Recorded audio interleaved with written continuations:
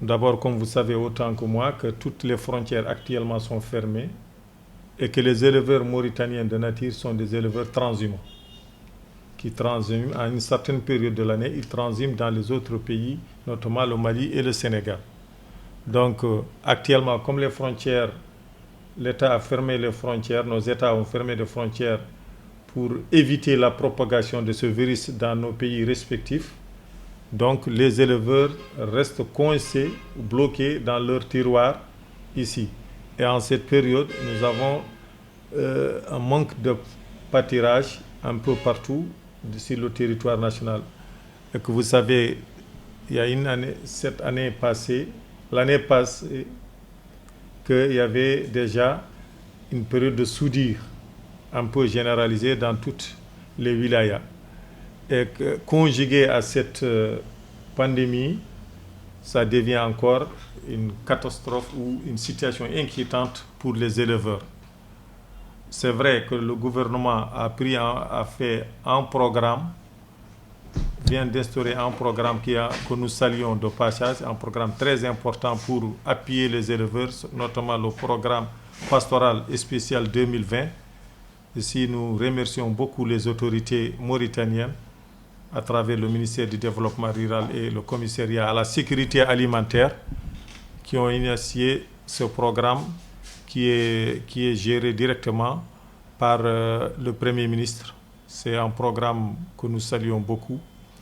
Mais j'attire votre attention, vous, pour dire que cette situation, comme je vous ai dit, il y a la fermeture des frontières, les éleveurs restent bloqués et il y a un risque de temps en temps des conflits entre éleveurs et éleveurs même, parce que la zone devient, l'espace pastoral devient rétréci.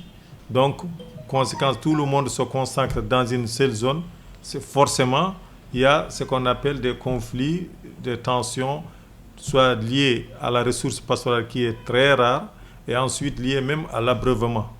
Parce que le cheptel, pour l'abreuver, dans une zone où il y a forte concentration des animaux, ça devient encore plus difficile. Exemple, je vous donne, au niveau de Hodé Charqi, au niveau de Adel Bagrou, c'est une zone frontalière. Il y avait même des éleveurs maliens qui étaient là, qui n'ont pas encore pu rentrer, plus les éleveurs mauritaniens qui se préparaient à aller au Mali. Tous se sont retrouvés dans cette frontière. Et tout récemment, on a, après nos informations, parce que nous avons des relais que nous avons placés dans des wilayas pour nous recueillir la situation journalière et nous envoyer par rapport à cette maladie. On nous a signalé qu'il y a ce conflit qui a dégénéré un peu, mais heureusement, il y a eu les autorités mauritaniennes et les autorités maliennes qui se sont rapidement calmées les choses. Et ensuite encore, au niveau de Hodel Gharbi, à Gogi Zemal plus précisément, c'est la frontière entre nous encore et le Mali. Donc, comme c'est délimité la zone, il y avait des champs à côté de cette frontière, et que la même chose s'est produite presque. Il y a eu un confrontement entre là c'est les agriculteurs avec les éleveurs, parce que la zone encore est rétrécie.